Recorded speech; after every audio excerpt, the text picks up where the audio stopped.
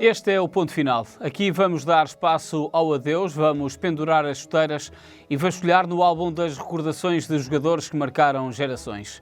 Não há parágrafo sem antes haver um ponto final.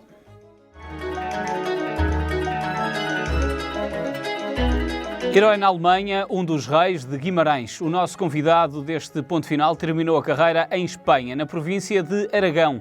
Festejou títulos de campeonatos em 3 países diferentes e levantou uma competição europeia depois de ganhar ao Manchester United. Vestiu a camisola principal de Portugal por mais de 50 vezes e esteve presente numas Olimpíadas, num Mundial e até na fase final de um campeonato da Europa. A pergunta antes do ponto final: quem é? Fernando Meira, obrigado por estares aqui no 00, teres aceito este nosso desafio para o ponto final. Com estas dicas, descobrias quem era este jogador?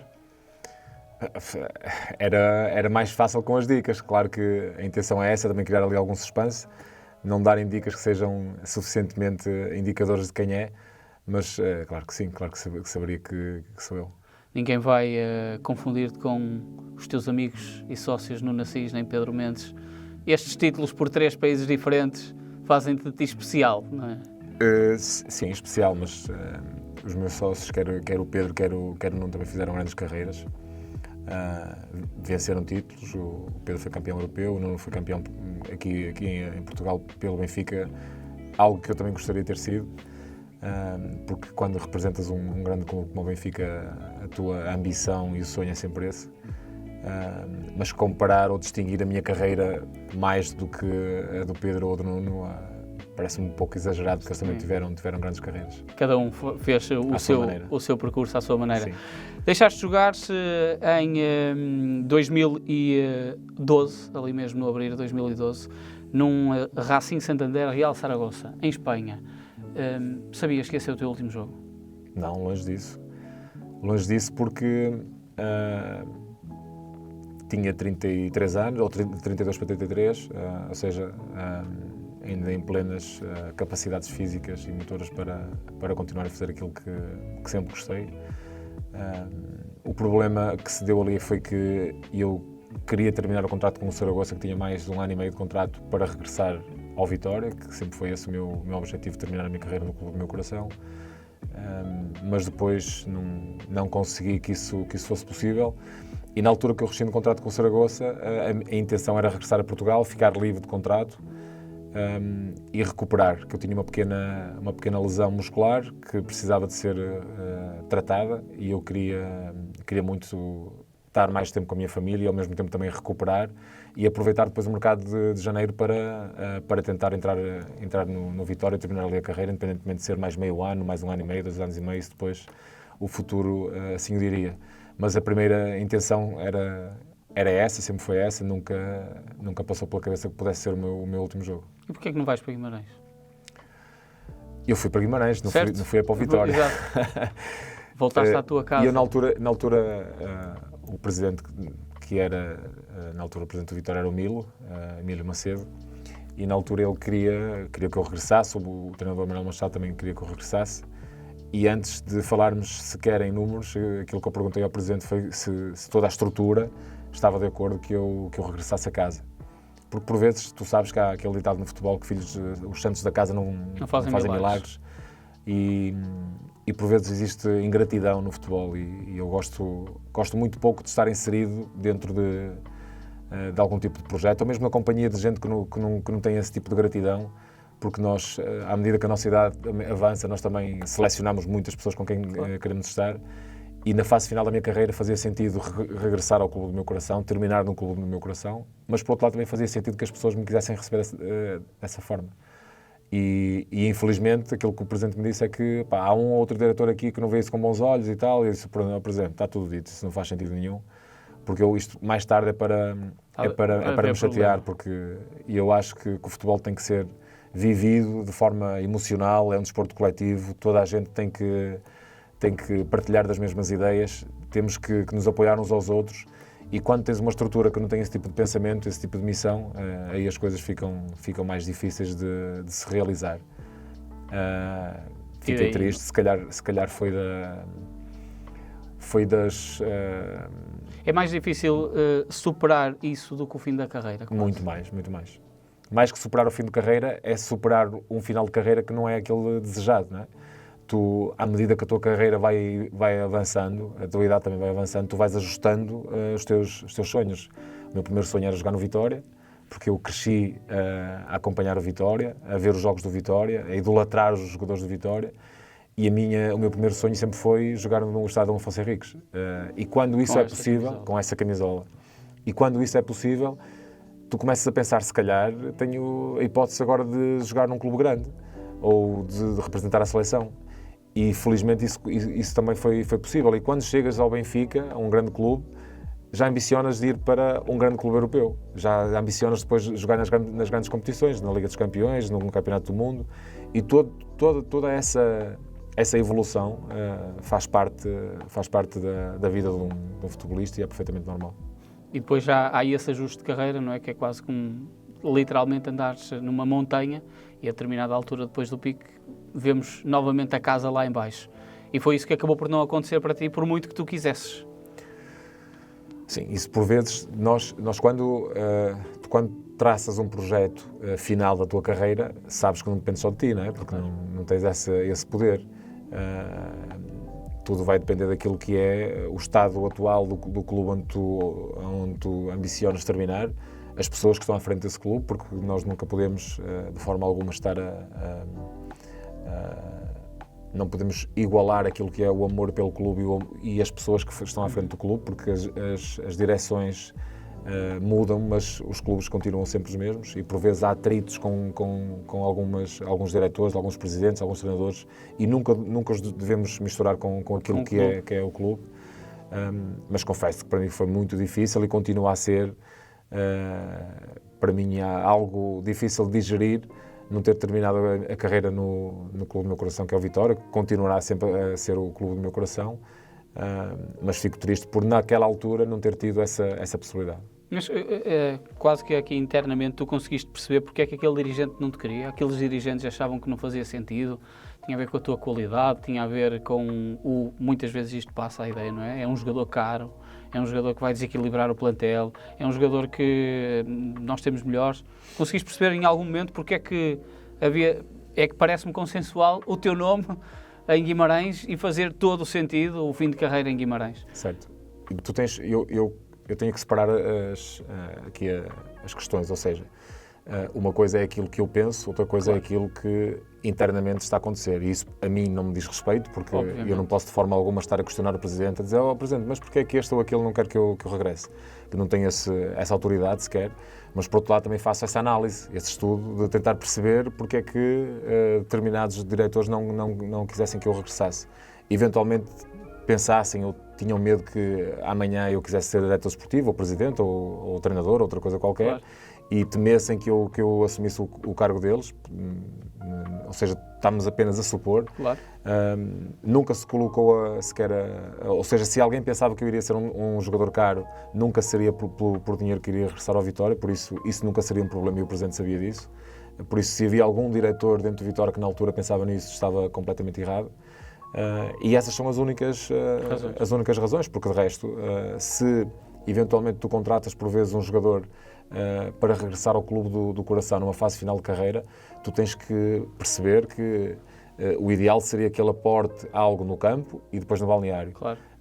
Mas quando no campo se calhar não funciona, ou pode ser eventualmente uma alternativa para um outro jogo, tens que perceber aquilo que é a mais-valia para a mística do clube, para incentivar os mais jovens, para orientar os mais jovens e por vezes teres numa estrutura, num plantel, num grupo de trabalho, alguns jogadores experientes que percebem as raízes do clube, da casa, e que possam passar isso aos mais jovens, mesmo não sendo alguns jogadores jovens, mas alguns jogadores que vêm de fora e precisam perceber a realidade do nosso futebol, a realidade do Vitória, é importante que tenhas jogadores que tenham esse tipo de conhecimento e por aí, nem que fosse só por aí, estariam a ganhar. Claro. Mas... Engraçado que não és o primeiro jogador ou ex-jogador a passar por aqui a dizer precisamente isso, que muitas das vezes as equipas pensam em contratar um jogador que seja novo para dar vida, no fundo, em campo, mas muitas das vezes perde-se a vida do balneário, que é importante até para depois os mais novos poderem ganhar essa vida em campo. E eu nem digo que seja importante, eu digo que eu, no meu entender, pelo aquilo que é a minha experiência no futebol, eu acho que é vital.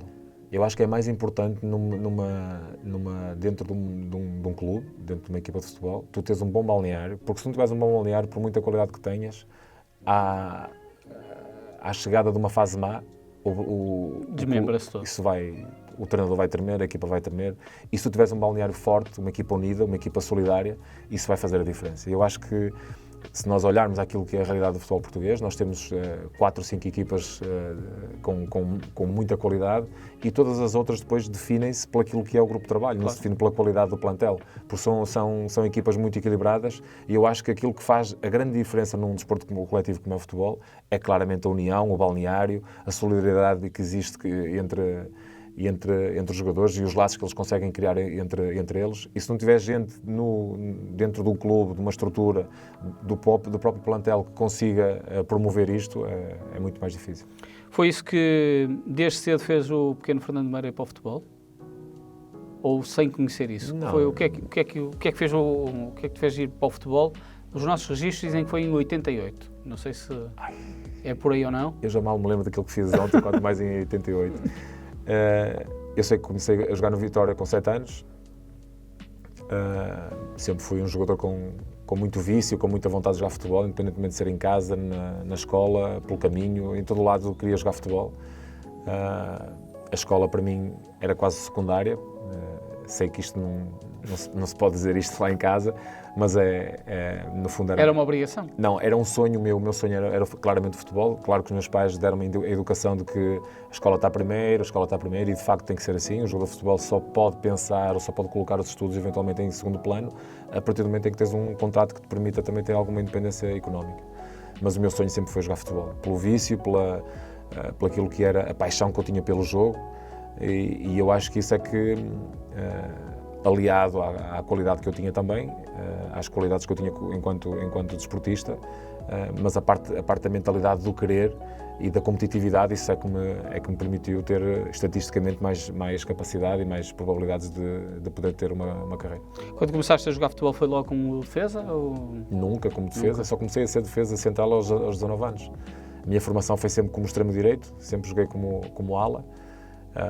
Depois comecei a ir à Seleção Nacional com 15 anos, aos sub-16, sub-17, sub-18, sempre jogando como ala, num 4-3-3. Depois com o Josualdo Ferreira, por vezes na seleção jogava nos 3 médios do meio, jogava como médio pela direita. E com 19 anos com o Jaime Pacheco, num jogo em Braga, onde o Vitória perdeu 4-0.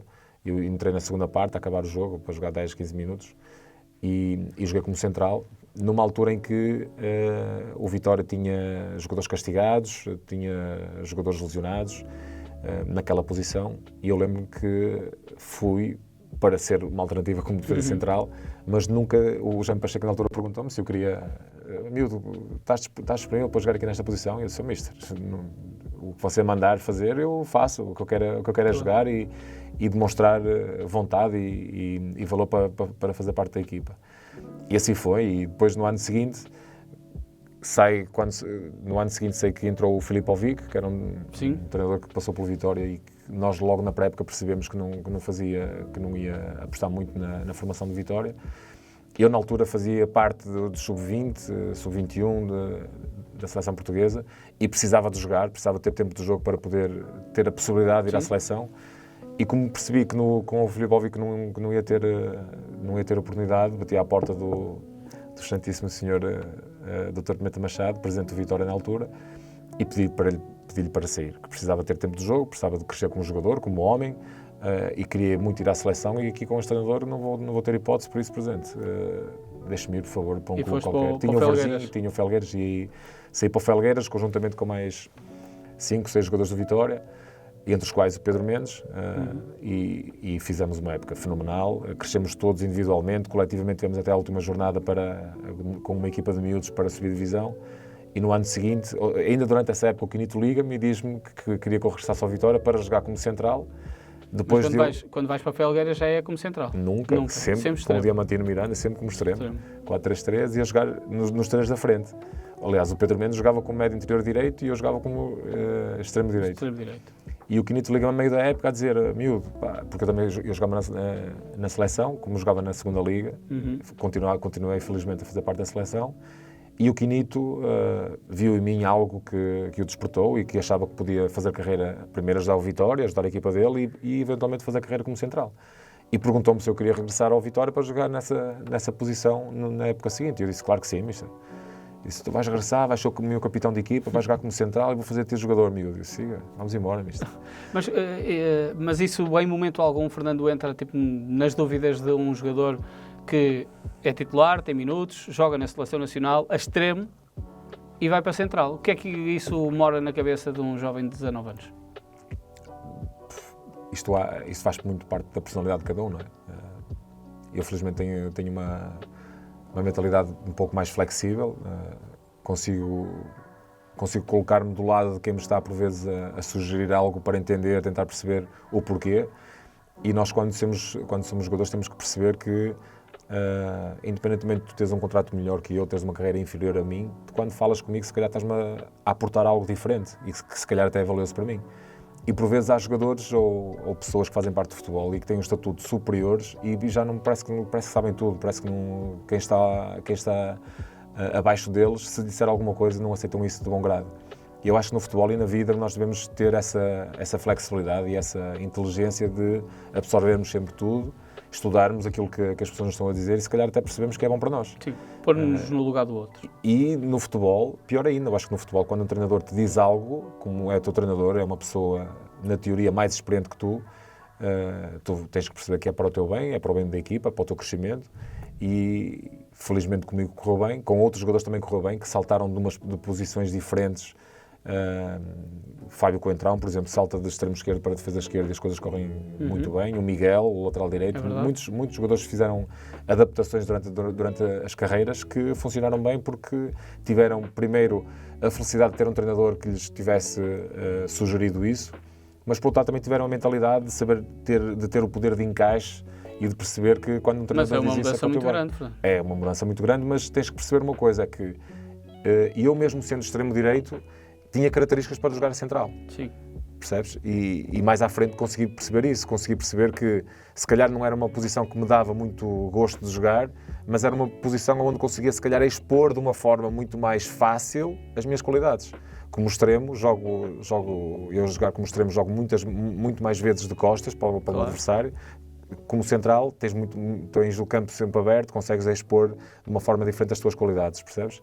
Agora, claro está que haviam outras qualidades que eu precisava de melhorar o jogo aéreo, ser mais agressivo, ter mais liderança, percebes? E isso foi algo que eu também comecei, eu já tinha um pouco dessa mentalidade, mas a partir do momento em que passo por uma posição central e tens que ser quase um organizador, um gestor ali de defesa, de equipa, comandante, percebes? Sem necessariamente ter uma abraçadeira, claro. Porque eu acho que isso é pessoal, isso faz parte da tua personalidade, não é uma abraçadeira que te ponha a falar e ter outra abraçadeira que te deixas falar. Ou seja, é a tua personalidade, aquilo que tu és como pessoa, aquilo que tu entendes que é bom para o futebol e para o teu companheiro, independentemente de ser uma crítica ou algo positivo para o teu companheiro, por vezes tu tens que o fazer e de forma sempre emotiva e a perceber o que é que eu acho que é melhor para ti, é aquilo que eu te vou dizer. Por vezes vou dar um abraço, outras vezes vou-te cobrar de forma a te picar um pouco mais.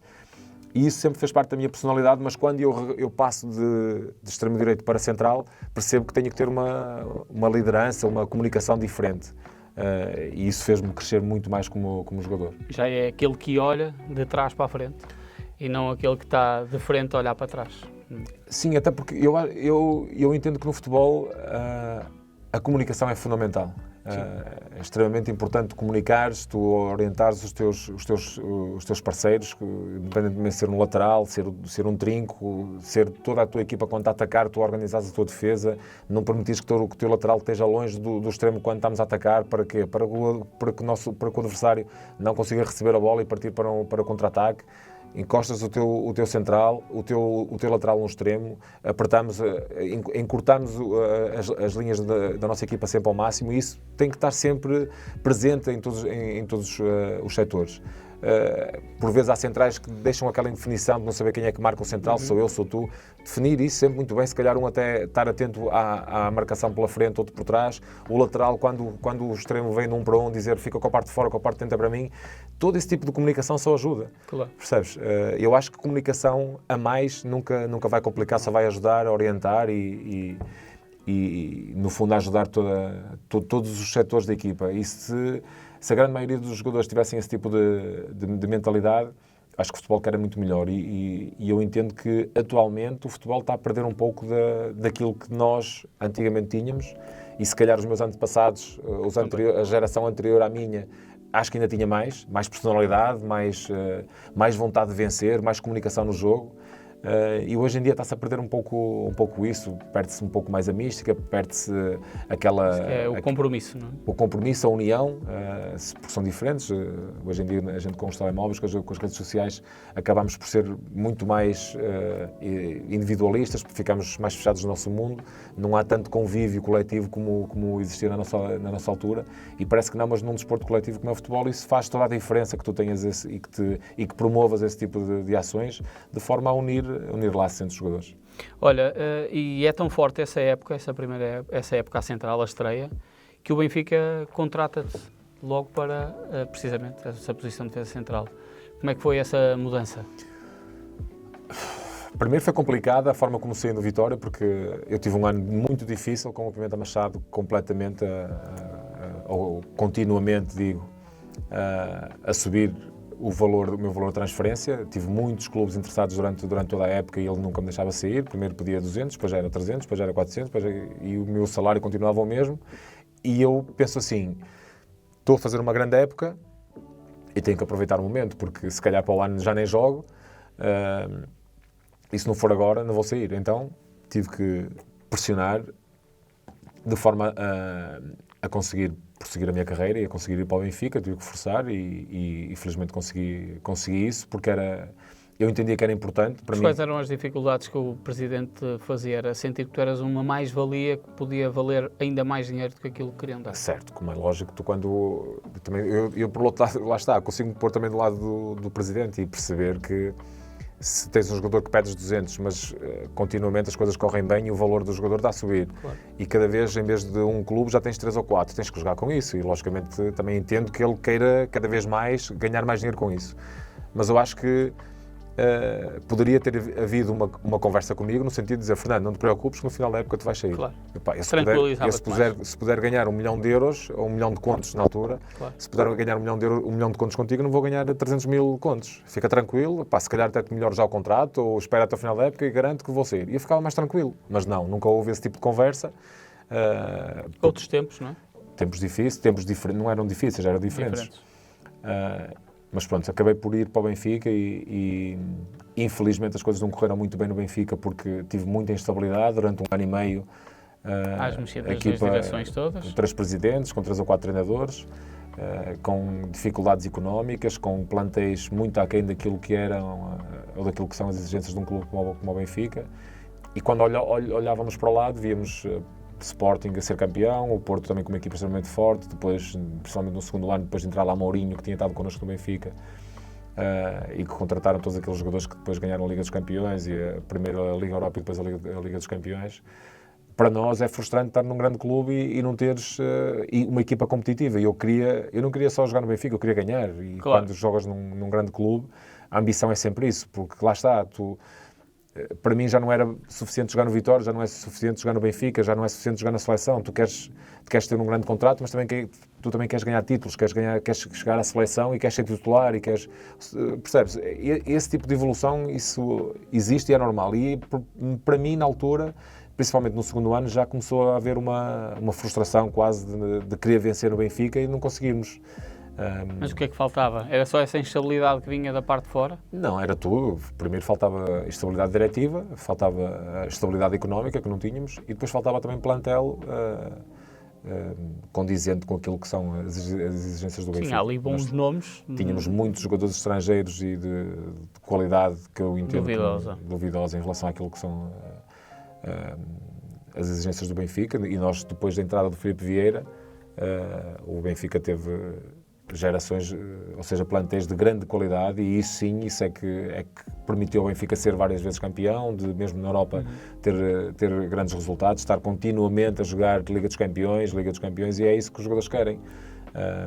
E na altura, passado 1 ano e meio depois, quando saiu para o Stuttgart, tive uma conversa com o Filipe Vieira, que ele perguntou-me... Tinha acabado de entrar como presidente. E ele perguntou-me, Fernando, e eu na altura era capitão de equipa, ele disse-me, Fernando, tu és o meu capitão, eu não quero que tu saias, agora se tu quiseres sair, eu não te vou impedir. E eu disse-lhe isso mesmo, aquilo que te estou a dizer, Presidente, estou aqui numa situação, estou frustrado, porque apesar de estar na seleção, quero ser titular no Benfica, quero ter uma equipa competitiva, quero ganhar títulos, e nós não temos, primeiro não temos estabilidade, e depois não temos uma equipa condizente com aquilo que é o grande nome do Benfica. E eu acho que para mim é melhor experimentar uma aventura nova e ir para a Alemanha. E ele felizmente teve essa flexibilidade e deixou-me sair, e eu acho que para mim foi mesmo muito bom ter ido para a Alemanha. Nesse período do Benfica ainda não há Seixal? Não. Vocês treinam, o estádio está em obras?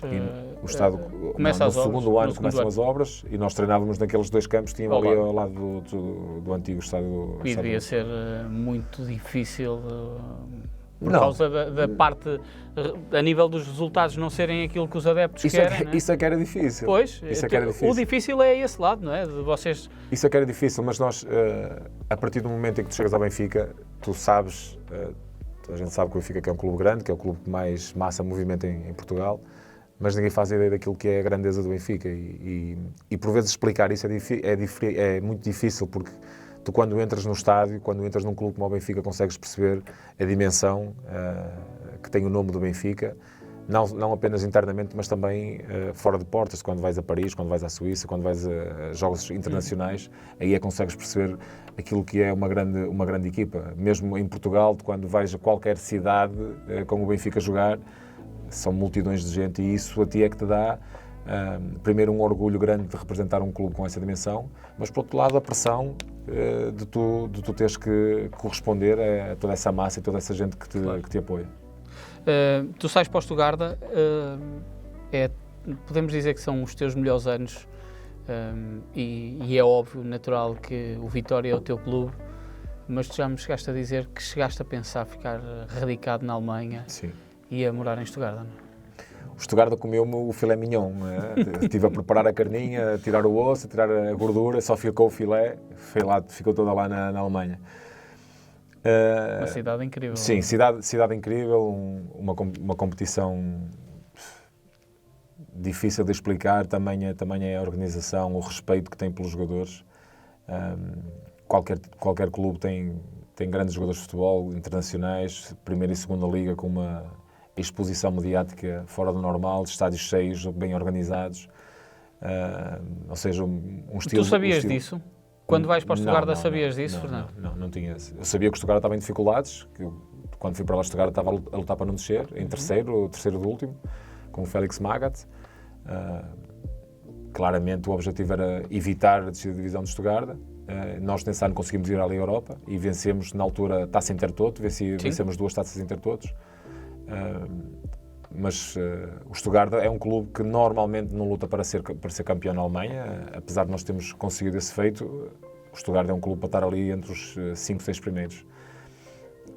Mas não conhecias, por exemplo, hoje em dia, se um jogador quiser ir para o estrangeiro, o conhecimento que consegue ter do clube que vai representar é enorme. Em 2001 não é isso, ou 2002 não é isso? Claro que não. Eu, na altura, o que é que eu sabia? Sabia 2 coisas, que era a cidade da Mercedes, é verdade, e da Porsche, mas mais da Mercedes, e que era o clube onde jogava o Balakov. Verdade. Na altura tínhamos lá o Balakov, com quem eu falei, e perguntei como é que é o clube, como é que não é, e ele disse maravilhas, como é lógico. Falava português, tinha alguns brasileiros, o Kevin Curani, o Marcelo Bordão, o Rui Marques, alguns brasileiros. Mais 1 ou 2, António Silva depois à posterior, mas inicialmente o Curani, o Bordão e o Balakov foram aqueles que me apoiaram mais, falavam português, e para sais para um clube, para um país com uma cultura diferente, com uma temperatura principalmente diferente, que eu chego lá em janeiro, uma língua completamente diferente. Tiveste a sorte de ter um campeonato parado ainda ali? Sorte que para mim não era sorte, que eu vinha de jogar claro. E parei e tive que levar com uma pré-época com o Magat, que isso não é sorte, isso é azar. Porque teres uma pré-época com o Magat, com 3 treinos diários, é duro, era muito duro. E a boas temperaturas. Sim, mas isso a temperatura tu facilmente te habituas e te adaptas. Sim. Mas o treino do Magat é sempre muito, muito duro fisicamente e com pouca bola, porque na altura da pré-época tu tens treinos mais da parte física e isso a ti não te dá gosto nenhum, né? Aquilo que o jogador quer é jogar futebol, claro. E então eram fases muito duras. Mas o Magat era um treinador muito exigente, nós fisicamente éramos atletas ao mais alto nível que tu possas alguma vez imaginar, mas dizia-te que é um país muito bem organizado, onde tu como jogador tu também queres que a tua família se sinta bem. A minha família sempre adaptou-se com alguma dificuldade, como é normal, mas facilmente depois também se adaptou e gostou daquilo que é Estugarda, porque é uma cidade segura, limpa, muito bem organizada, e isso para mim era uma tranquilidade muito, muito boa para poder treinar, para poder jogar a partir do momento que a minha família está feliz. Mas evolui muito porque aprendi aquilo que é o rigor, a disciplina, a organização de um clube, o respeito pelo mais velho. Na Alemanha existe muito esse respeito pelo mais velho. Em algumas situações, se tu és mais velho do que eu, lá está, independentemente do teu estatuto, do teu contrato, se eu sou um miúdo com um potencial enorme, mas tu és mais velho do que eu, vens da segunda liga e estás-me a dar um conselho, eu acato e faço aquilo que tu me dizes. Claro. E isso em Portugal ou em qualquer país europeu é quase impossível hoje em dia, não é? Qualquer miúdo já pensa que... Sabe mais. E no respeito aos mais velhos. E isso na Alemanha acontecia sempre, com o Solo, com o Balakov, com os jogadores mais velhos, e eu depois, a posterior também, com os anos, também comecei a ser um dos jogadores mais velhos, e sempre tive esse princípio, primeiro de respeitar qualquer um, mas aprendi e vi que de facto isso era um princípio que qualquer equipa tinha, de respeitar os jogadores mais experientes, e parece que não, mas isso num balneário, isso cria algum tipo de hierarquia em função da idade, da experiência do jogador, e não em função daquilo que é um contrato ou o que é o estatuto de um jogador. Fernando, mas quando vais para lá, tens, olhando aqui pelos teus registros, 2 épocas e meia a central. Sim. E vais para um campeonato super competitivo, super combativo, em que o trabalho da defesa central é obreiro, literalmente. Nesse jogo mais físico foi fácil tu adaptar-te a esse lado? Eu na altura já fazia 2 posições. Nessa altura, também tinhas o médio defensivo? Sim, jogava como médio defensivo ou como central. Mas tinha, já não tenho. Eu tinha uma característica que eu era rápido. E então, como central, e o Magat percebeu isso, aquilo que mais lhe atraiu em mim foi a minha velocidade. Não foi o facto porque eu não era um jogador muito agressivo, não era um jogador muito forte no ar, era um jogador grande, era um jogador que sabia jogar, forte na construção, forte a quebrar linhas, muito rápido, e ele queria um jogador com esse tipo de características. Conseguisse ler o jogo sem ter bola, não é? Aquele jogo sem ter bola. Eu fui ganhando essa agressividade que era importante na Alemanha, e que ganhei com muitos duelos, porque lá na Alemanha é um estilo de jogo muito físico. Mas também conseguia expor aquilo que eram as minhas qualidades mais visíveis, e que o Magat sempre sobressaiu e sempre gostou, que era a velocidade, o saber jogar, o saber ler o jogo, o saber manter bola, e parece que não, mas isso também lhe deu. E nós tínhamos uma equipa que gostava de jogar e que gostava de ter bola, e tu quando tens esse princípio de jogo, quando tens uma equipa que fisicamente é forte, que é rápida, e queres ter bola e não tens jogadores que o saibam fazer, também é uma frustração. Mas claro que o ideal fosse um Fernando Meira a bater como o Jorge Costa e a saber jogar como eu sabia jogar e com a velocidade que eu tinha, mas não podes ter o melhor dos 2 mundos. Estás nos teus melhores momentos da carreira, és vencedor da Bundesliga. Quando é que vocês pensaram que isso podia ser possível? Isto... Como tu estás a dizer, não é? Tipo, o Stuttgart não é um candidato. Eu vou-te contar resumidamente como é que isto aconteceu. Nós no ano anterior tínhamos o Trapattoni, que tem um desastre de temporada. As coisas correm muito mal com o Trapattoni. De situações de nós Percebemos que a nossa equipa que tinha jogado num 4-3-3, porque o plantel foi formado. Nós no Stuttgart sempre jogámos, durante todos os anos que eu estive no Stuttgart, sempre jogámos em 4-3-3, nunca mudámos de sistema. Até chegar ao Trapattoni, que queria jogar em 4-3-3. E até nós, internamente, como grupo de trabalho, percebemos que o 4-3-3 para nós não funcionava. E nós, numa equipa que foi construída com o Gronkjaer, o Hitzberger, com o Jan Dahl Tomasson, com jogadores caros, muito mais caros que o normal, a exigência era grande. Porquê? Porque o Stuttgart queria atacar a Liga dos Campeões, queríamos continuar na Liga dos Campeões. E vem o Trapattoni, treinador fenomenal como pessoa, na relação humana. No dia-a-dia é o oposto do Magath, ou seja, tu com o Magath treinas de manhã à noite, sol a sol, e com o Trapattoni é tocar violino, tocar viola. Ou seja, é 8 e 80. E o que é certo é que ele dizia, malta, 4-4-2, no balneário, e nós entrámos no campo e ia para 4-3-3. 4-3-3. Tomasson, tu jogas no meio, Gronkjaer à esquerda, Kaká na direita, e jogávamos um 4-3-3. E ele via que a equipa que mudava o 4-3-3, mas não dizia nada, estava sempre tudo bem. As coisas correram mal, e como é lógico, em janeiro é despedido, e vem o Armin Fee, da segunda divisão, que na altura faz o resto da temporada até ao verão, e depois no verão contrata um grande adjunto, já não te consigo precisar o nome dele, mas esse adjunto fez uma diferença muito grande, porque nesse primeiro ano o Armin Fee era um treinador muito próximo dos jogadores, um treinador que percebia muito bem e que sabia ler o jogo, mas depois no dia-a-dia, no trabalho de campo, precisava de um apoio, de um upgrade que foi dado por esse adjunto. Na época do título. Na época do título. Alphonse Eagle.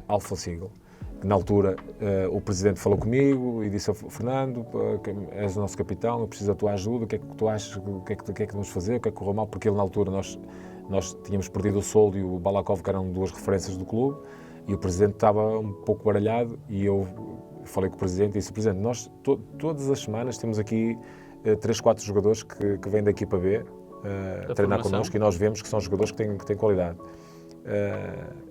Mas, quer dizer, começa a temporada e nós só vamos contratar jogadores de outras nacionalidades, jogadores mais velhos. Porquê? Porque é que não aproveitamos a prata da casa quando Stuttgart, a nível de formação, é o clube na Alemanha com mais títulos. É dos clubes com melhor forma. O Stuttgart tem uma formação fenomenal. Todos os anos produz sempre jogadores com muita qualidade. Porquê é que não vamos aproveitar os miúdos? Eu tenho visto os miúdos a treinar, temos bons miúdos, vamos apostar nos miúdos. Nós precisamos ter aqui uma mescla de jogadores experientes, com qualidade, como é lógico, mas também ter aqui essa fome de vencer, essa ambição, e termos aqui jogadores da prata da casa. E o do clube? E ele fez isso, nós chamámos, na altura tivemos aí 6 ou 7 jogadores que depois se destacaram, Sami Khedira, Serdar Taski, Mário Gomes, todos os jogadores que vieram da formação, e outros que se destacaram também, que fizeram parte da seleção alemã, e conseguimos criar ali um grupo fortíssimo. Nós sempre fortalecemos aquilo que era a união entre nós, a boa disposição, a música no balneário, almoços, jantares, palhaçadas, porque isso é que fortalece um grupo de trabalho, e aliado a esses laços que foram criados entre nós, também tivemos a sorte, como é lógico, de ter jogadores de qualidade, e tivemos a sorte do Bayern de Munique estar num ano zero quase, porque o Bayern de Munique teve ali resultados maus. Tivemos até a última jornada a lutar com o Schalke 04, que na altura... E essa última jornada é cardíaco. Nós nas últimas 10 jornadas penso que tivemos 10 vitórias, que o Schalke tinha de facto uma equipa muito com Rafinhas, com Bordon, Manuel Neuer, Kevin Kurani, Lincoln, Ozil, uma equipa fora do normal, uma equipa muito boa mesmo. E o Stuttgartazinho aí é que foi campeão. Com o Timo Wildbrand na baliza. É verdade, que depois veio para o Sporting. Tínhamos 2 mexicanos. Marcos Babel também. Marcos Babel não jogava muito, mas sim, era um jogador experiente. Ricardo Osório, Pavel Pardo. Osório Magnan, o Ludwig Magnan, suíço à esquerda. E o Taski. E o Taski e o Del Piero. Del Piero era muito bom jogador também. Depois tínhamos o Pavel Pardo no meio, o Hitzberger, Sami Khedira, Roberto Wilbert, o miúdo à direita, e depois na frente Mário Gomes. E depois ou o Cacau ou o Streller. Mas normalmente era o Cacau. O Streller era um internacional suíço, mas nem jogava muito. Mas estávamos a dizer, essa última jornada está ali nos registros quase estrelares da Bundesliga, quando é preciso mostrar, no fundo, a emoção da Bundesliga, vai-se buscar quase aquela última jornada. Não é? Roberto, sabes que essa última jornada, o que é que estava em cima da mesa? O Schalke estava em segundo, nós estávamos em primeiro, diferença de golos. O Schalke nós se empatássemos ou perdêssemos em casa e o Schalke ganhasse por 3 ou 4-0, era o Schalke campeão. Nós começámos o jogo, começámos a perder. E o Schalke aos 15, 20 minutos já estava a ganhar 2-0. E estás a ver as cabeças dos jogadores, do estádio, né? Ou seja, existia euforia no estádio, mas a euforia já era pânico, né? Ou seja, não era contestação, porque nós estávamos a viver um sonho, mas era mais aquele pânico de tu queres ver que não vamos ser campeões na última jornada.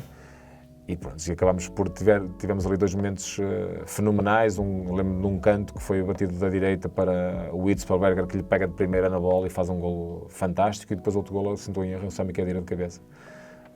E tudo fica tranquilo. E tudo ficou tranquilo. Porque... Tu tens noção que os portugueses que gostavam de futebol torciam por ti? Tinhas alguma dessa noção estando na Alemanha, no estrangeiro? Sim, tinha, sim, claro que sim. Porque aquela imagem de te ver a levantar aquilo que vulgarmente dizemos saladeira, com o cascol do Vitória de um lado, a bandeira de Portugal sobre os ombros, sabes que... é uma imagem que eu estou a dizê-la e estou a imaginá-la na minha cabeça. Eu acho que nós aqui em Portugal não temos a perfeita noção daquilo que é sentir as cores de Portugal, sentir as raízes de Portugal lá fora. Nós somos, eu considero que os portugueses são um povo muito bairrista, e nós de Guimarães somos também um clube ou pessoas bairristas que nos agarramos muito às nossas raízes, apoiamos muito a nossa terra, mas eu acho que também de uma forma geral em Portugal nós somos pessoas muito nacionalistas, apoiamos muito aquilo que é nosso, mas lá fora, os portugueses estão fora de Portugal, sentem isso a dobrar. Ou seja, se nós já somos apaixonados e emotivos em relação ao futebol, as pessoas que estão lá fora traduzem isso a dobrar ou a triplicar, e tu como jogador tens essa noção. Tu quando encontras imigrantes que estão, independentemente de estar em Paris ou na Suíça ou na Alemanha ou de país qualquer, tu sentes essa paixão, essa alegria nos olhos das pessoas de encontrarem alguém com as mesmas origens. E isso é que é bonito na nossa nação, e se há algo de facto que é o expoente máximo da minha carreira e da carreira de qualquer jogador que joga na seleção, é vestir esta camisola. A partir do momento em que tu vestes esta camisola, que cantas o hino, é arrepiar? É arrepiante. E ainda arrepia só de lembrar? Arrepia, estou a falar e estou-me a arrepiar, porque lembro-me de vários momentos que vivi da nossa seleção, de estar perfilado, de mão dada com os meus colegas ou abraçados aos meus colegas e ouvir o hino nacional, bancadas cheias. Isso é que faz, isso é que dá motivação. Primeiro, a mim dá-me orgulho por aquilo que vivi, mas enquanto jogador, é para isso que tu treinas, é para isso que tu descansas bem, é para isso que tu te alimentas bem, treinas no máximo, ajudas os teus amigos no máximo, evitas de ir para a noite ou de beber álcool ou de fumar. Para quê? Para todos esses percentuais fazerem de ti um jogador melhor, para tu poderes viver esses momentos e para depois, sempre que encontrares o teu oponente, para estares melhor que ele.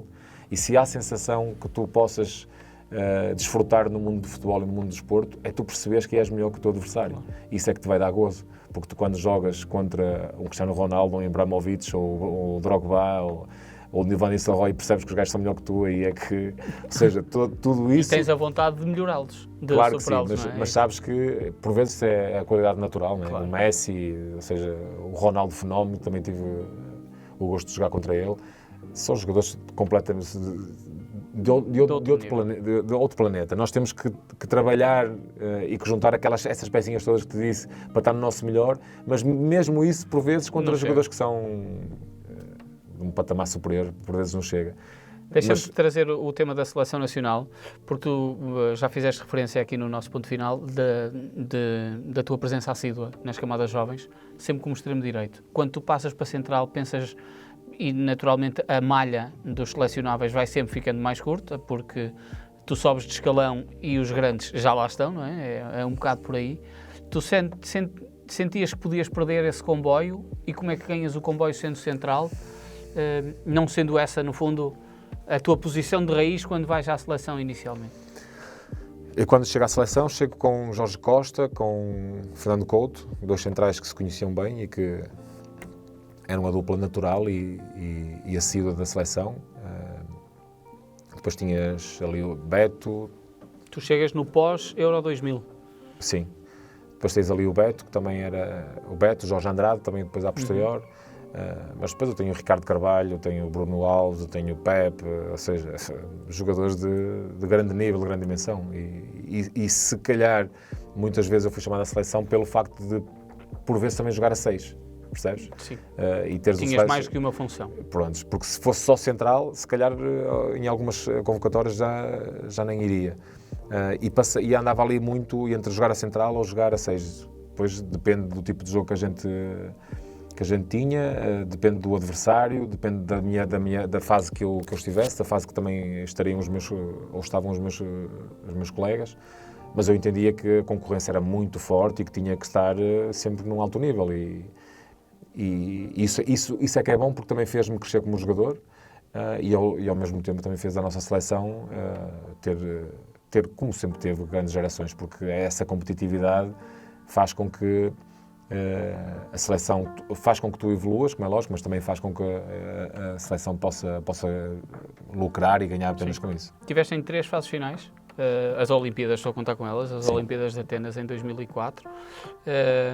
Se calhar Portugal, muita gente pensava que ia ser umas Super Olimpíadas, vínhamos na ressaca do Euro e daquele segundo lugar. O Ronaldo vai também a essa fase final.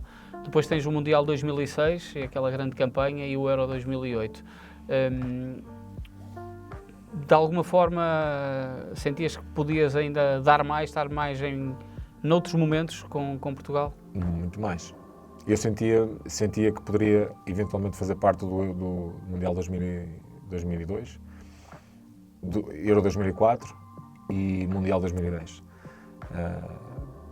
O 2002 por aquilo que era o meu potencial na altura, mas claramente em 2004, 2010 por aquilo que foi também a minha prestação, porque eu fiz parte da campanha da campanha da qualificação.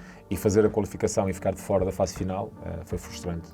Pior ainda depois de ter um selecionador que te diz a ti que vais à fase final e quando chegámos ao jogo com o Brasil, ao último jogo, antes de ser a convocatória com o Brasil, que Portugal perdeu por 6-1, penso eu, ou 7-1 no Brasil. Mundial 2010. Que eu não joguei. O Carlos Queiroz a dizer que disse quem eram os 4 centrais que iam, e depois a posteriori mudou, e eu sem alterar-se zero naquilo que é o meu compromisso com a equipa ou a minha exibição, porque ele nem me colocou a jogar. E isso para mim é que me desilude não este símbolo, mas desilude as pessoas que na altura faziam parte da seleção. Isso é a frontalidade. Quando dizes que é preto e amanhã dizes que é branco, isso é que desilude, mas cada um lá sabe daquilo que são os seus princípios e a sua forma de estar. Engraçado que sobre esse Mundial já tivemos aqui o José Castro, que disse que não tinha qualidade para ter sido convocado para essa fase final, que se fosse antes, que era quando era titular no Atlético de Madrid, que teria tido qualidade, mas que para o Mundial 2010 que não tinha sido a opção.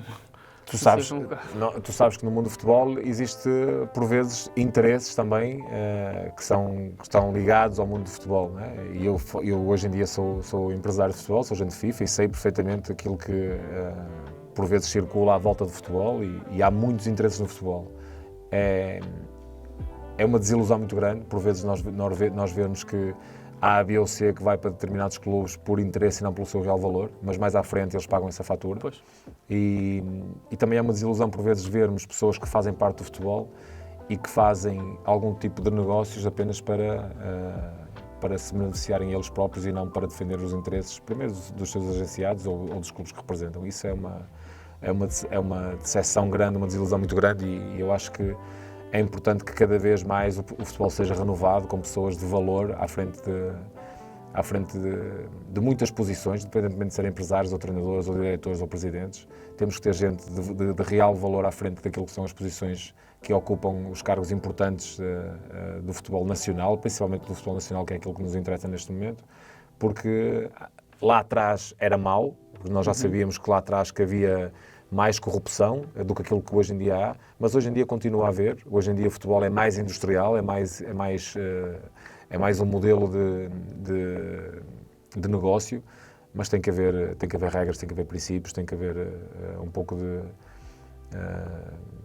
Os valores que o futebol, que tornou o futebol grande. E quando isso não existe, é um pouco frustrante e por vezes eu questiono mesmo, será que é isto, será que é mesmo isto que eu procuro Claro. para mim? Por vezes tenho desilusões que me fazem questionar se é melhor continuar ou não. Olha, tu sais do Stuttgart para o Galatasaray, onde só estás um período curto na Turquia. Como é que chega ao fim aquela relação? É mesmo do Stuttgart país para a Turquia? É um fim de ciclo? Do Stuttgart, depois de ser campeão, eu tenho uma proposta da Juventus. O Stuttgart chega a acordo com os Juventus para ser transferido para a Juventus por 10 milhões. Eu viajo para Turim com o meu empresário na altura para tentar chegar a acordo do meu contrato pessoal. E quando chego lá, chego a acordo, assino o contrato. E de um momento para o outro, quando chega a Stuttgart, o presidente pede para reunir comigo e diz: Fernando, desculpa, não te posso deixar ir para as Juventus. Eu disse: mas porquê, presidente? Porque nós para o ano vamos jogar a Liga dos Campeões, tu és o meu capitão e eu não posso abdicar de ti. Eu disse: presidente, não faça isso, porque eu agora estou a ter a oportunidade de jogar num grande clube como é a Juventus, se não me deixasse ir para o ano, se calhar já não vou ter essa possibilidade. E ele diz-me: prometo que para o ano que tens de sair, mas por favor este ano faz isso por mim, não saias. E eu, pronto, lá fiquei. Mas pensando já o que é que iria fazer no ano seguinte, para onde é que iria. Então surgiu a hipótese em dezembro do Galatasaray, com o qual eu reúno, chego a acordo verbal com o Galatasaray para sair no verão, sabendo que o Galatasaray a posterior teria que chegar a um entendimento com o Stuttgart. E no verão chega a proposta ao Stuttgart e o presidente não tens de sair. Isto numa altura que a equipa, isto foi, imagina, no fim de semana, e eu sabia, na segunda ou na terça-feira a equipa ia de estágio para a pré-época para a Áustria. Então o Ostelt, que foi um jogador que jogou comigo, que na altura era diretor desportivo, eu falei com ele e disse: por favor, avisa o presidente que quero falar com ele. E fui falar com o presidente e disse: presidente, você o ano passado impediu-me de ir para a Juventus, eu gosto muito de jogar no Stuttgart, Stuttgart é a minha casa, sinto-me muito bem aqui, sou feliz aqui. Mas já fui campeão e agora o meu tempo passou. Deixe-me continuar a minha carreira num outro projeto. Quero ir para o Galatasaray. E você o ano passado disse-me que me deixava sair neste verão. Está aqui a hipótese de eu sair. Não me quer deixar sair, não há problema nenhum. Amanhã vou pegar na minha família, vou para o Algarve de férias. Se você me quiser transferir, eu vou. Se não me quiser transferir, eu fico em Portugal e deixo de jogar futebol. Tinha 29 anos na altura. Mas eu disse isso com muita frontalidade, porque fiquei desiludido com a forma, com a falta de respeito. Tu, quando és um presidente e estás a falar com um jogador teu e dás a tua palavra no sentido de cumprir aquilo que mais à frente poderá suceder e depois... Tens de cumprir. Porque se não cumpres, ficas mal. E eu então tentei-o chamar à razão daquilo que ele me disse lá atrás e que tinha que cumprir comigo aqui. Se não quisesse cumprir, e ele sabia que se isso viesse a público ia ser mau para ele. E passado 3 ou 4 dias, ou seja, eu fui mesmo para Portugal, eu não fui para estágio com a equipa, toda a gente ficou surpreendida e saíram notícias nos jornais, o que é que se passa, o que é que não se passa, e eu fechei-me em Copas, peguei na minha família, Algarve, de férias, e passado 3 ou 4 dias ligou-me o diretor desportivo a dizer: Fernando, chegámos a acordo, anda só à Áustria para te despedir do pessoal, rescindi o contrato e podes ir para a Turquia, e assim foi. Mas foi só pouco tempo lá na Turquia? Na Turquia, em 8 meses, recebi 4 salários, 4 meses, ou seja, quando saio tinha 4 meses em atraso. Nada do que estavas à espera? Não tudo, ou seja, a cidade fenomenal, Istambul é uma cidade fantástica. O Galatasaray é um clube enorme também. O Galatasaray é um clube que é difícil de explicar a dimensão daquele clube, o fanatismo daqueles adeptos, aquilo que é viver um jogo de futebol como jogador num estádio daqueles, contra um Fenerbahçe, contra um Panathinaikos, para a Liga dos Campeões tive o gosto de jogar um jogo desses, com Besiktas, com Fenerbahçe, são jogos altamente emotivos, não consegues sequer ouvir, não consegues falar para os teus companheiros. O Timo Werner teve um ataque de pânico há uns anos naquele estádio. Quando jogava no Leipzig, antes de ir para o Chelsea, ele pediu para sair aos 30 minutos. É impressionante. E o novo estádio do Galatasaray que eu estive lá agora recentemente, que o Ali Samian antigo foi demolido, agora tem umas torres, e agora tem um estádio novo que tem os decibéis de som, que é uma coisa... aliás, é o estádio com maiores decibéis de som do mundo. E é ensurdecedor, tu não ouves nada. E os adeptos, quando começam ali a cantar, é uma coisa... é brutal. Essa parte é bonita, é muito bonito, mas depois quando tens... A nossa equipa, na altura, não era grande espingarda, Na altura tinhas o Fenerbahçe e tinhas o Besiktas. O Besiktas até na altura penso que foi campeão. Mas um Galatasaray a passar por momentos diretivos graves, depois o presidente acabou por sair. O técnico alemão que estava lá na altura também acabou por ser despedido, salários em atraso, e isso cria sempre muitos problemas. Até que recebo uma chamada em dezembro, janeiro, recebo uma chamada do Dick Advocaat, que era na altura o treinador do Zenit, a convidar-me para dizer... Ele conhecia-te do futebol germânico? Sim. Preciso de um central e tal, quero um central com as tuas características, tu gostavas de ir para a Rússia? Disse ao presidente, depende do contrato. Para ir para a Rússia tem que ser um contrato que vale a pena, não vou sair daqui para... Já estou aqui numa situação complicada, mas não... Então, pronto, fizeram-me uma proposta irrecusável e eu falei com o Galatasaray, que me transferiu na altura. Não perderam dinheiro, eu sei que na altura, quando fui do Vitória para o Benfica, foi a transferência mais cara em Portugal. Do Benfica para o Stuttgart foi a transferência mais cara de sempre de Stuttgart. E o Stuttgart, quando me vendeu, não perdeu dinheiro, e o Galatasaray, quando me vendeu, também não perdeu dinheiro. Por isso, acabaram por me deixar sair numa altura em que o clube vivia momentos de muita instabilidade, mas jogar na Turquia e no Galatasaray foi algo que me marcou imenso. Eu adoro imenso visitar a Turquia, visitar o clube. Ainda tenho lá alguns amigos na Turquia, em Istambul e no Galatasaray, dos quais eu faço sempre questão de visitar e manter essas relações bem acesas. Quando vais para São Petersburgo, é uma cidade diferente de Moscovo, naturalmente. Apanhas ainda o Petrovski, o estádio antigo, julgo eu, Sim. Também. Que clube é que encontras? Tu ganhas lá a Supertaça Europeia, no Zenit? Ganhei tudo, na Supertaça ganhei tudo, que é, desde que Sim. Supertaças, taças, campeonatos, ganhei tudo. Essa foi a parte mais importante, para além da parte económica, como é lógico, mas a parte de títulos, que, como te disse, na carreira de um jogador também é importante, permitiu-me ganhar muitos títulos lá, mas é uma realidade diferente, porque... É o melhor momento do Zenit, a nível histórico. Posteriormente Sim, mas eles depois, o melhor momento a nível de títulos, sim, mas depois o investimento ainda foi superior. Superior, altura, sim, quando veio com o Hulk e tudo mais, sim. Mas é uma desilusão, tu quando chegas a uma cidade tão grande, a um clube tão grande, porque o Zenit é claramente o maior clube na Rússia, mas quando chegas a um clube onde tem um poderio económico brutal, e não olham a meios para contratar jogadores ou para assinarem jogadores por grandes valores, e por vezes tu chegas lá e vês situações de falta de organização, faltas de detalhe, faltas de qualidade para a gente treinar, um ginásio condizente com aquilo que é o nome e que é o poderio daquele clube, um autocarro condizente, materiais desportivos condizentes. Todos esses detalhes... Tens dinheiro, mas não tens... Não tens gosto, Exatamente. não tens gosto. Não sabes investir o dinheiro que tens, percebes? Não é? E então, a partir com o Dick Advocaat, no primeiro ano que ele lá teve, ou no primeiro meio ano que ele depois foi despedido, isso foi visível, foi quase uma adaptação para mim, mas quando chegou o Spalletti, o Luciano Spalletti, aí foi... A primeira coisa que ele disse que era um edifício novo, com balneários novos, com um ginásio novo, com um centro de reabilitação, que era um autocarro novo. Ou seja, aquilo que eu estava, ou que nós criticávamos que lá estávamos... Apareceu tudo. Rapidamente eles construíram isso, porque era de facto importante para o clube, e o clube deu um salto qualitativo impressionante, porque o Spalletti é claramente o melhor treinador que eu encontrei na minha carreira. Não na parte humana, mas na parte de trabalho de campo, de filosofia, de saber aquilo que quer para o seu jogo, da forma dele trabalhar, da forma dele idealizar o futebol. Isso, pelo facto de até ser o treinador, quase que reabilitou e trouxe o Nápoles para o título. Humberto, é assustador a forma como ele trabalha e como ele vê o futebol.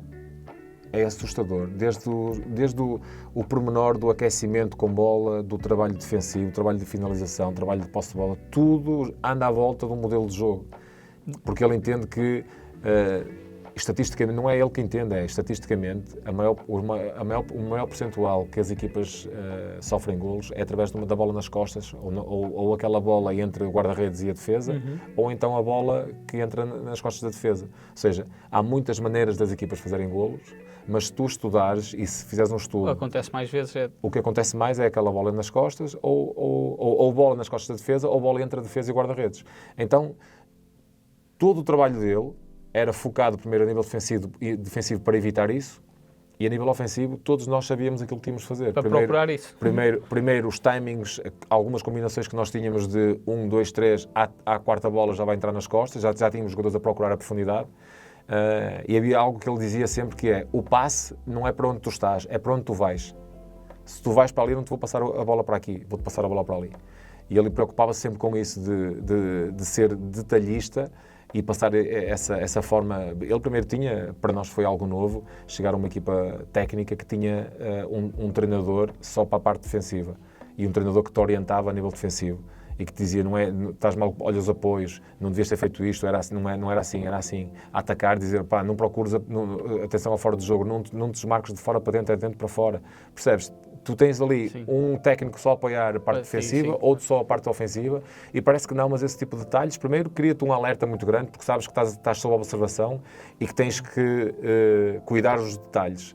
E, por outro lado, tens alguém sempre ali a picar-te, a incentivar-te, e parece que não, mas os nossos treinos eram de tal forma competitivos que aquilo que era a intensidade no treino era quase exatamente a intensidade que a gente tinha no jogo, aliado à boa união que a gente tinha e à qualidade que nós tínhamos na nossa equipa, e também à dificuldade que eram para as outras equipas, que a qualidade não era igual à nossa, era uma diferença muito grande, e para nós era sempre um gosto enorme a forma como nós jogávamos, porque dava gosto de jogar no Zenit, sempre bola no pé, e parece, a gente por vezes até se ria, porque nós já sabíamos, e nós tínhamos jogadores que interpretaram muito bem aquilo que era a forma de jogar do Spalletti, e que perceberam e que percebiam a forma de algumas combinações que nós já tínhamos, que quando a bola vinha para trás, pronto, já foi. E eles procuravam, nós tínhamos o Bistrov, o Dani e o Kerjakov, esses três jogadores.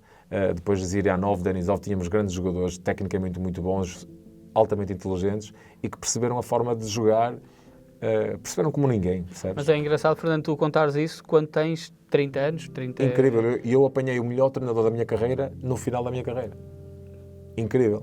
E apanhei de Scolari, Mourinhos, ou seja, o Mourinho é muito forte, principalmente na relação humana, mas o Spalletti no campo é inigualável, isso não tenho dúvidas nenhuma. E é engraçado, como estava a dizer, normalmente aos 30 anos nós achamos agora não vou aprender nada, não é? Mas aliás, nós começámos, eu não sei se estávamos, acho que não estávamos a gravar ainda, quando eu te disse que nós por vezes podemos aprender com alguém que não tem nada a ver com futebol, ou que tem um estatuto muito mais pequeno que nós, só que por vezes é a atenção que tu prestas às pessoas.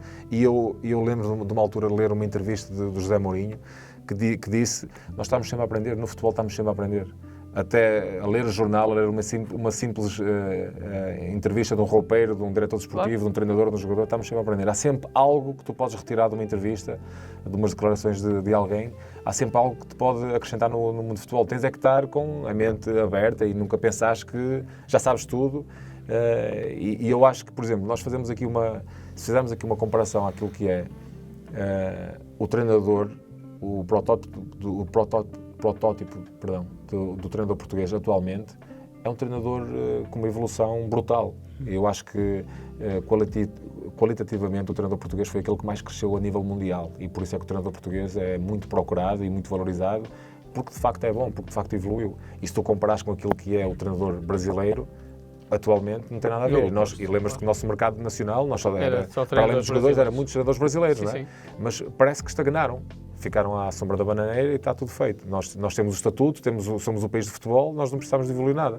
Enquanto que o português se formou, cresceu, aprendeu, conseguimos ter... E ouviu os outros, não teve o problema de ouvir os conseguimos outros. Conseguimos ter grandes treinadores em qualquer centro de formação, grandes diretores de formação. Para além do produto que nós temos, o nosso futebol cresceu muito, e hoje em dia nós temos uma seleção que cada vez mais, não apenas a seleção principal, mas todos os outros escalões, sempre com grandes talentos. Primeiro porque temos temos a mão de obra não, temos o produto, temos a matéria-prima, o produto, mas também temos pessoas que sabem orientar muito bem, treinadores que têm grande qualidade e muitas ideias muito bem vincadas daquilo que querem para a formação, para o futebol profissional, e por isso é que tu vês os nossos treinadores a irem para a China, para a Rússia, para a Ásia, para a América do Sul, para qualquer lado, para além aqui da Europa, e são treinadores que vão e deixam um legado muito bem patente, e por isso é que o treinador português evoluiu muito. Porquê? Porque tem essa mentalidade de saber aprender, a querer aprender, e por isso é que te estava a dizer que a nossa seleção hoje em dia temos, se calhar, a melhor geração de sempre, porque temos não apenas uma grande seleção num 11, mas também fora do 11 principal, e mesmo aqueles que ficam de fora, mesmo aqueles que ficam... O espírito, depois daquela situação que eu te contei, mais ou menos do meu início na seleção, onde havia aqui quase uma separação entre os jogadores do Norte e do Sul, a partir do momento em que nós nos unimos um pouco mais, e os jogadores começaram... O Scolari, não é? Em que o Scolari entra e cola toda a gente a rezar. Eu acho que o Scolari não colou apenas os jogadores, mesmo a nação conseguiu unir-nos ainda mais. Mas eu acho que a grande diferença deu-se a partir do momento em que nós começamos a ter cada vez mais jogadores fora de Portugal, e não apenas jogadores a jogar muitos no Porto, e muitos no Sporting, e muito no Benfica, e depois a unirem-se, e há sempre aqueles que são de Lisboa e os que são do Porto, e trazem problemas de casa. Não deveria ser assim. Mas trazem problemas de casa, não é? E nós crescemos a ver o João Pinto e o Paulinho Santos andarem sempre ali picados no campo, e gostávamos de ver isso, mas quando isso passa para dentro da seleção e tu sentes que há ali um atrito entre os jogadores do Norte e do Sul, quando deveria ser quase uma família, como hoje é, isso acaba sempre por ser um problema, e hoje em dia é um problema muito grande para o Martínez fazer a convocatória, fazer o 11, porque é tamanha a qualidade e a quantidade de jogadores que nós temos com qualidade na seleção portuguesa. Fernando, estamos mesmo a terminar. Eu quero-te fazer 2 ou 3 perguntas para terminarmos este ponto final. A primeira prende-se com a tua dificuldade do fim de carreira, que aqui já notaste. Demoramos algum tempo até te voltar a ver, no fundo, no ativo. Foi difícil preparar o fim de carreira, sabendo que aquele foi o teu último jogo e não pudeste jogar mais. Como é que foi, no fundo, preparar ou sair, não sabendo que ias sair, não é? Tiveste que sair em andamento. Eu, quando deixo de jogar futebol, 2013, mais ou menos, ali entre 12 e 13, surge o convite do Pedro e do Nuno para criarmos uma agência de jogadores. A posteriori, Pedro, o Assis ainda estava a jogar, e eu e o Pedro tirámos o agenciamento FIFA, a licença de agente FIFA.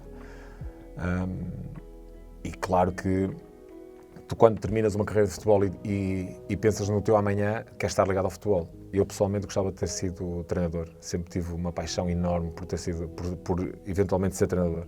Mas não tive essa oportunidade, porque fui confrontado quase no imediato para ser agente FIFA, e confesso-te que é algo que eu gosto muito de fazer, porque me permite estar ligado ao mundo de futebol, estar em contacto com os jogadores que eu conheci, os diretores que eu conheço, treinadores que eu conheço, muita malta que eu conheci, cada vez com a tua experiência, com o avançar da tua idade e da tua vida, também vais conhecendo mais e vais abrindo cada vez mais o leque de conhecimentos que há dentro do futebol. E quando tu também consegues falar com treinadores, com diretores, com jogadores, e indicar aquilo que tu achas que é bom para eles ou aquilo que não devem fazer, isso também te dá alguma realização pessoal. Mas treinador era o que tu gostavas. Era mesmo aquilo. Assim como eu gostava de ter terminado no Vitória, gostava de ter terminado a minha carreira de futebol e ter experimentado. Se calhar até ia correr mal, se calhar nem tinha. Olha, por exemplo, eu ontem estávamos lá na Eleven e estávamos a falar na Liga dos Campeões, e eu Costinha, até brinquei com o Costinha em direto, porque estava-lhe a dizer que tu já viste bem como é que é possível o Sérgio Conceição ser treinador. Depois daquilo que nós conhecíamos do Sérgio Conceição no balneário, que o Sérgio Conceição era alguém muito emotivo e ficava aziado quando não jogava. E agora tem que se relacionar, não? E é um treinador ponderado, apesar de ser muito emotivo, está a fazer um trabalho fenomenal, é um grande treinador, sem dúvida. Mas é daqueles jogadores que tu, quando cruzas na carreira, diz assim, este nunca vai ser jogador de futebol, porque é muito emotivo, aliás, nunca vai ser treinador de futebol, porque é muito emotivo, vai entrar sempre em choque com os jogadores, e o Sérgio Conceição, ainda por cima, é alguém muito que não facilita nada, ou seja, os jogadores não podem espingardar muito, não podem levantar muito o nariz, e eu ontem coloquei essa questão ao Costinha, tipo, como é que tu achas que o Sérgio Conceição iria reagir se hoje em dia tivesse um jogador como ele era na altura? Não ia ser fácil. Imagina o Sérgio Conceição a ter um jogador como era o Sérgio Conceição na altura. Sim. E eu acho que o Costinha, por exemplo, isto para dizer o quê? Que o Costinha, que já foi treinador, é alguém que eu admiro imenso, é alguém que eu acho que tem perfil para ser treinador, e não conseguiu ter grande sucesso como treinador porque se calhar nem teve a sorte que por vezes também é importante acompanhá-lo. Mas como perfil, eu acho que é alguém que tem todo o perfil para ser treinador, é daqueles jogadores que quando jogas com ele consegue orientar, consegue dar-te conselhos, consegue perceber a forma de jogar, e isso também, como o Paulo Sousa era, por exemplo, ou o Paulo Bento, há jogadores que tu consegues perceber que têm vocação para isso ou que têm mais apetência para isso, e outros não. E o Costinha é daqueles que dava para perceber que ia ser um grande treinador. E o que é certo é que também não teve. Se calhar comigo também poderia acontecer a mesma coisa, percebes? Sabias interpretar bem o jogo, mas depois explicar aos teus podia às vezes... Se calhar há treinadores que explicam mal, claro, mas acabam por ter sorte e depois até fazem carreira. É importante ter sorte também, claro. Mas confesso que era algo que eu gostaria de experimentar. Hoje em dia tira-me um pouco a vontade de o tentar, porque para conseguires a licença de treinador não é fácil, tens de esperar 4 ou 5 ou 6 anos, isso é muito difícil, cada vez é mais difícil, ou seja, o sistema em vez de termos um sistema que te ajuda cada vez mais a termos mais opções para estares habilitado a ser treinador, cada vez complicam mais. Claro.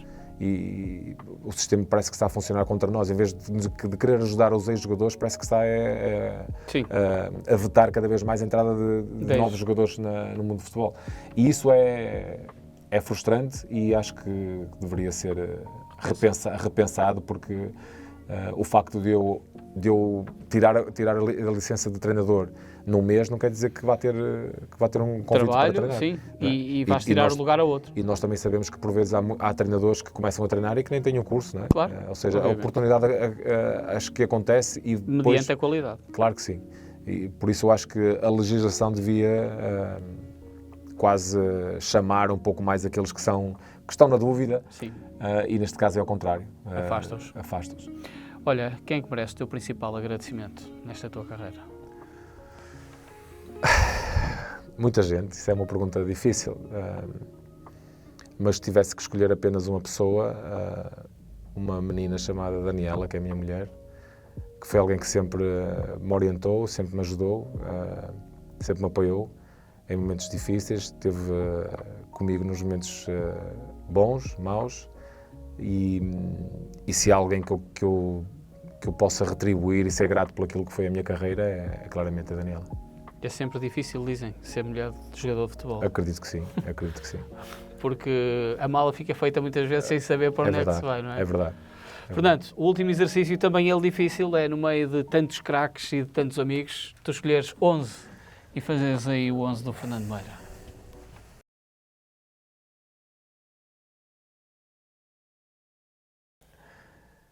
Número 1, Ricardo.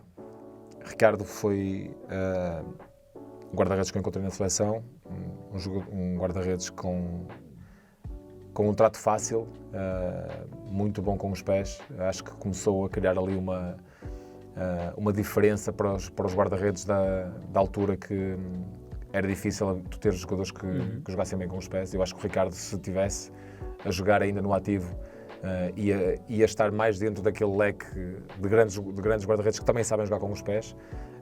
Por isso, há 10 ou 15 anos atrás, era mais fácil perceber a qualidade que ele tinha pela qualidade dos pés e também pelo grande guarda-redes que era, grande comunicador. Era alguém que sempre estava preocupado em organizar muito bem a defesa, comunicava muito bem connosco, e tu teres um guarda-redes que tem todas estas características faz do Ricardo, na minha opinião, o melhor que encontrei na minha carreira. Boa. Como lateral direito, vou optar por Paulo Ferreira.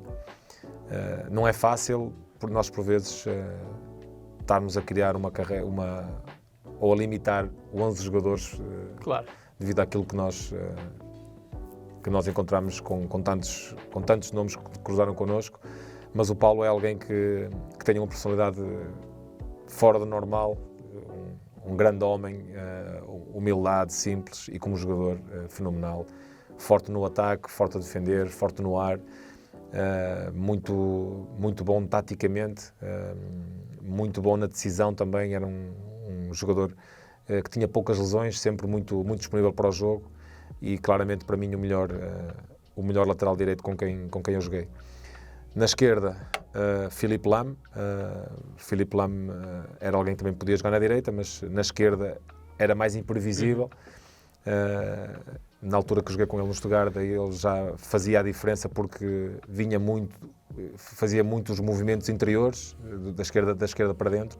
Apesar de ser um pé direito natural, aprendeu e cresceu muito a jogar aprendeu a jogar com o seu pé esquerdo. Muito inteligente, não era um jogador muito alto, mas a sua inteligência fez com que ele fizesse depois a posterior também uma grande carreira. Tive 2 anos com ele no Stuttgart e percebe-se que era um jogador muito inteligente, que apesar de não ser fisicamente muito forte, era difícil passar por ele porque ele conseguia ler muito bem as jogadas e a nível ofensivo, um pouco à imagem de Grimaldo que nós temos hoje em dia no Leverkusen. Centrais, não me vou incluir, como é lógico, neste lote, porque senão ainda seria pior, mas acho que Pep é sem dúvida um dos nomes que eu vou escolher para jogar aqui do lado direito, se bem que não é fácil, porque tem Ricardo Carvalho, tem Bruno Alves, tive muitos centrais que jogaram comigo, e o Pep dispensa a apresentação, dispensa comentários longos, porque ainda hoje toda a gente conhece quem é o Pep e como é que ele joga, daquilo que ele é como jogador e como líder. E na esquerda vou pôr alguém que jogou comigo no Stuttgart, vou optar por não deixar aqui o Ricardo ou o Bruno Alves, que são dois animais e dois dos melhores com quem joguei, mas alguém que me ajudou muito na minha adaptação no Stuttgart e que é um jogador fora de série, que é o Marcelo Bordão, um brasileiro canhoto, rápido, forte no ar, muito forte na bola parada, batia livres, quase como o Roberto Carlos batia. E tinha todas as condições de um grande central. Forte no ar, como te disse, agressivo, líder, boa relação humana contigo. Claramente um jogador que depois, à posterior, saiu para o Schalke, que ficou em segundo lugar no ano em que fomos campeões. Mas claramente um dos melhores amigos que fiz no futebol e um dos melhores centrais, claramente, da sua geração.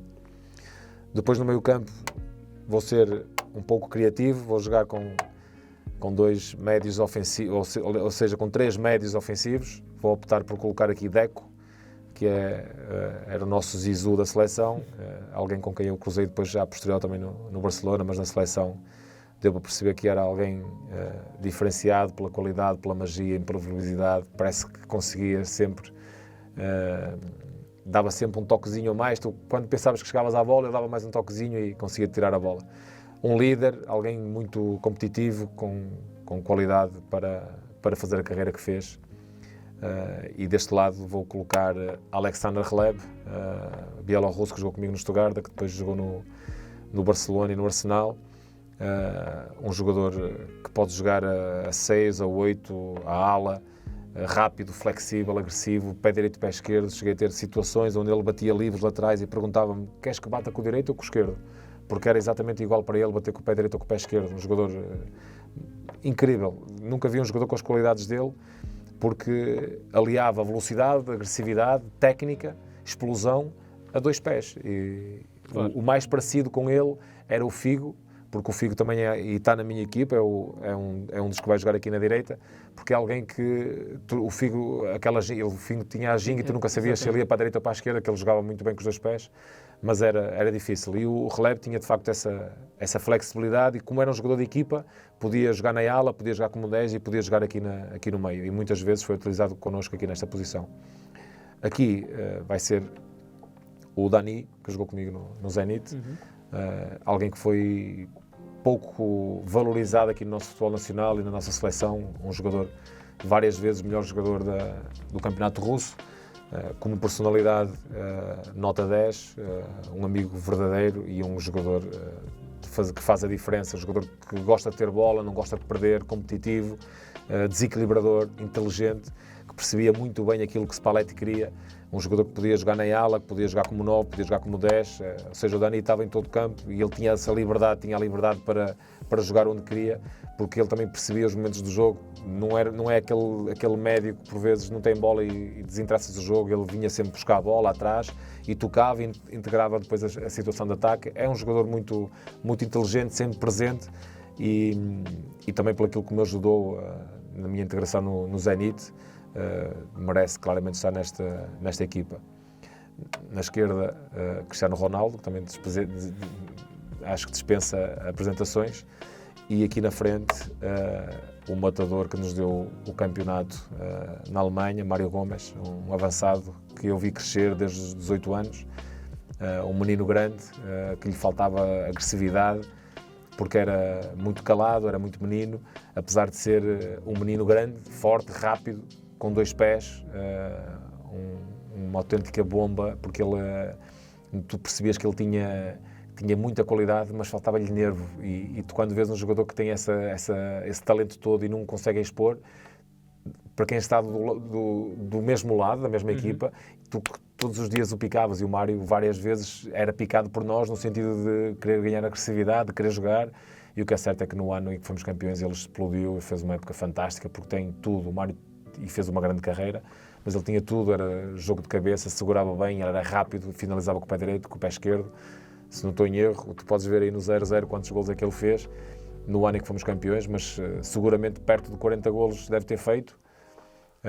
O Mário Gomes era de facto, e falava espanhol, que ele também tem família de origem espanhola, e acabou por fazer depois uma carreira brilhante. Mas o Mário era um grande jogador. Esta é a minha equipa, se bem que ficaram de fora muitos e bons jogadores, mas não dá para todos. Não dá para escolher todos. Fernando, obrigado. Obrigado, Humberto. Foi um gosto. Obrigado. Obrigado.